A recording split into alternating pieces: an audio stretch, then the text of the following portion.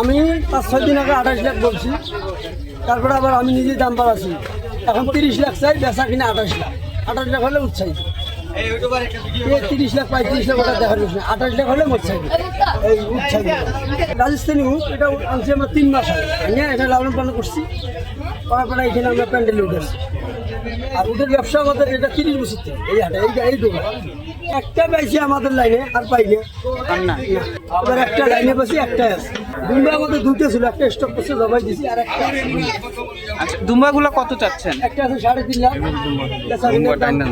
3 লাখ 20 হলে চাইছি। এটা গুড়া বসি, ছোলা, কাঁচা ঘাস। আমরা তো জানি যে রাজস্থানী উট, কে কোন দেশে পায় এটা তো জানি না, রাজস্থানী উট কোন দেশের ওই দিকে এটা আমরা জানি। বয়স 5 বছর, ওজন হবে 20 মণ, আর লম্বা ফিরতে হবে 10 ফিট। কেজি এটা আমরা বলতে পারবো, কোরবানির জিনিস এটা কেজি দিয়ে হয়।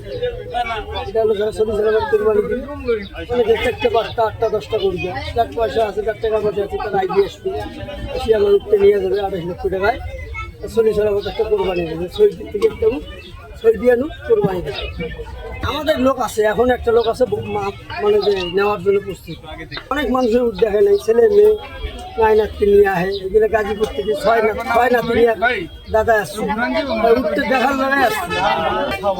উঠ কামড় দেয়, সাংবাদিক কামড় দিচ্ছে, আমাদের এক লোক কামড় দিচ্ছে ঘরে, রক্ত রক্ত দাগ বসাইছে, উঠ কামড় মার এমনিতে ছেড়ে দেয়।